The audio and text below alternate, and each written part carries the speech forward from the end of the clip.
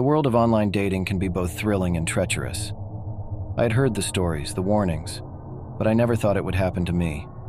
It was supposed to be just another Tinder date, an ordinary evening.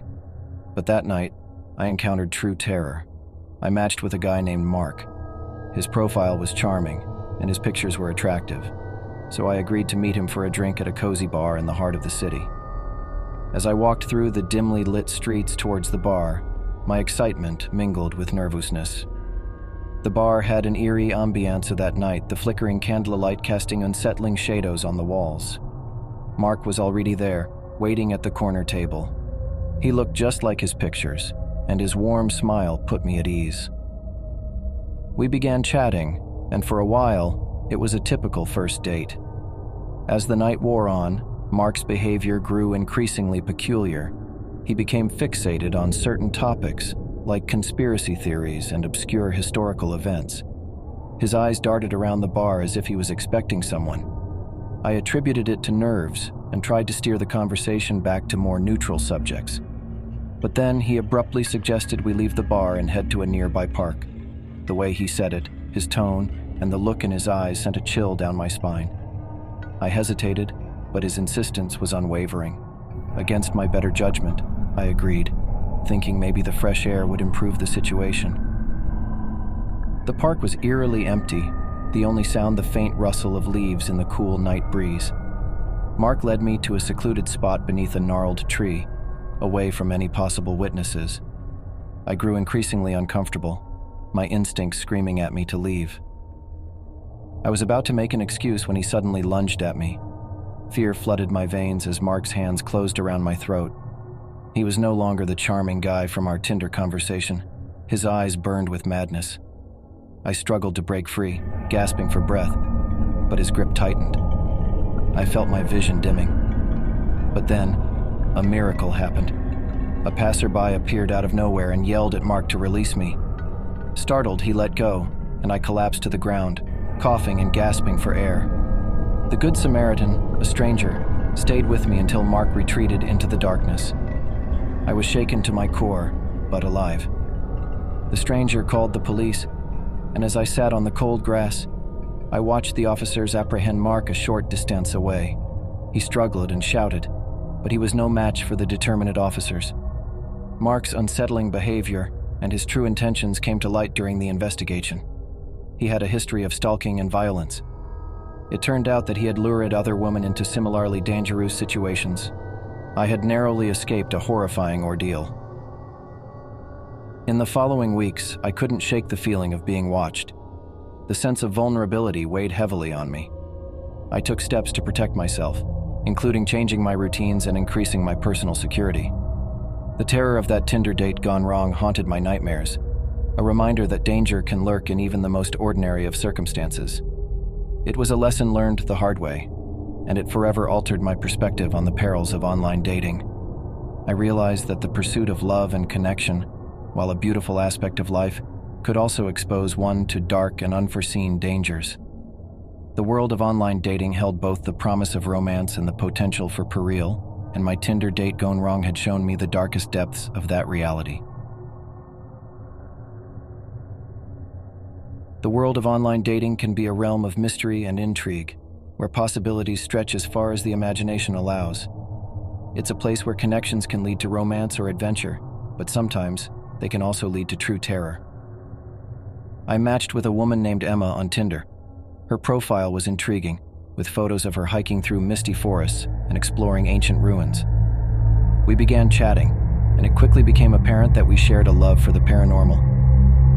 We exchanged stories of ghostly encounters and spine-tingling experiences, forging a unique connection. Our conversations gradually turned flirtatious, and it wasn't long before we decided to meet in person. Emma suggested a secluded, abandoned mansion deep within the woods. She mentioned that it was rumored to be haunted, and with our shared interest in the supernatural, it seemed like the perfect setting for a memorable first date. I arrived at the appointed time, my heart pounding with a mixture of excitement and apprehension. The mansion loomed before me, an imposing structure that had clearly seen better days. Vines crawled up its decaying walls, and shattered windows gaped like hollow eye sockets. As I approached the entrance, I couldn't help but feel a sense of foreboding. The door creaked open, and there stood Emma, an ethereal figure in the dim light. She was dressed in a flowing, vintage gown that gave her an otherworldly aura. We explored the mansion, sharing tales of the spirits that were said to inhabit it. Emma seemed intimately familiar with the place, leading me through its winding corridors and hidden rooms. It was both eerie and fascinating, and I couldn't deny the chemistry between us. But as the hours passed, something began to feel off. Emma's stories grew more disturbing, and her demeanor became increasingly intense. She spoke of dark rituals and unspeakable horrors that had occurred within these walls, her eyes gleaming with a disturbing fervor. Unease crept over me, and I suggested we leave the mansion. Emma, however, insisted on showing me one last room, a secret chamber she claimed was the epicenter of the mansion's haunting. Against my better judgment, I followed her. The room was a small, windowless chamber, illuminated only by the flickering candles that lined the walls. In the center stood an ancient, ornate mirror, its surface marred with age and neglect. Emma stepped closer to the mirror, her reflection wavering and distorting. As I watched in horror, her reflection transformed into a grotesque, spectral figure. Its eyes were hollow, and its expression malevolent. The figure extended its bony hand from the mirror, grabbing Emma's wrist with a chilling grip. I screamed, trying to pull her away, but it was as if an invisible force held her in place. The spectral figure began to whisper sinister incantations, its voice a cacophony of tormented souls. Panic surged through me as I realized I was trapped in a nightmare.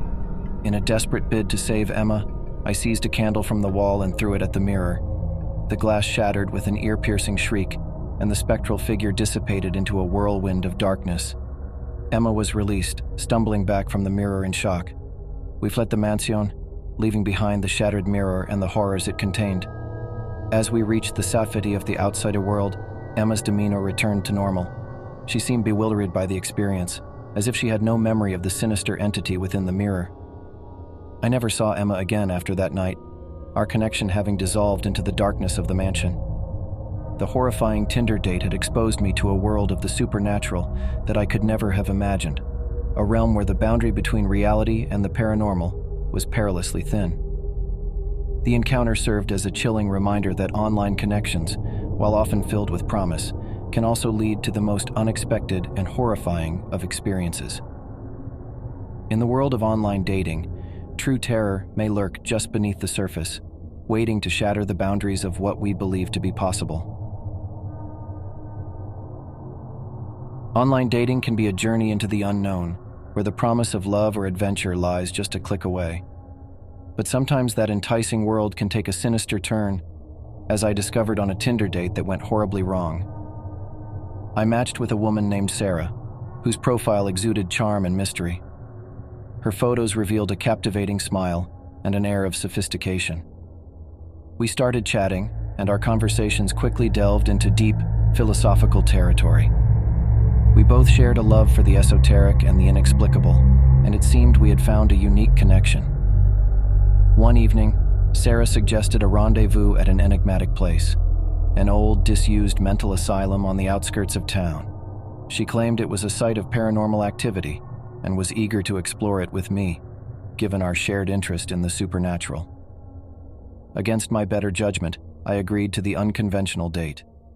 We met in the gloom of the evening, and I couldn't help but feel a shiver of trepidation as I saw the imposing silhouette of the asylum, its crumbling walls and shattered windows telling tales of a dark past. We ventured inside, our footsteps echoing through the decaying corridors. Sarah appeared to know her way around, leading me to the eeriest corners of the building. The darkness inside was oppressive, and the rustling of unseen creatures amplified my unease. As we explored deeper, Sarah's stories became increasingly sinister. She recounted the tormented history of the asylum, of patients subjected to cruel treatments, and the unexplained disappearances of staff members. Her fascination with the dark history of the place bordered on obsession, and her voice carried a strange allure. My discomfort grew, and I suggested that we should leave, but Sarah was undeterred. She insisted on showing me the basement, rumored to be the epicenter of the asylum's hauntings. My unease deepened, but I hesitantly followed her. The basement was a subterranean labyrinth of damp, dimly lit passages, each one more ominous than the last. Sarah led me to a small, windowless chamber where a single, flickering candle cast eerie shadows on the walls. In the center of the room stood a large, ornate mirror, its surface cracked and tarnished with age. Sarah approached it with an air of reverence, her reflection wavering in the dim light. But as she gazed into the mirror, her reflection began to shift, distorting into a grotesque, spectral figure. Its eyes were hollow voids, and its outstretched hand reached out, as if beckoning to Sarah from within the glass. I watched in horror as Sarah seemed entranced, her eyes locked onto the mirror, her hand slowly reaching out to touch it.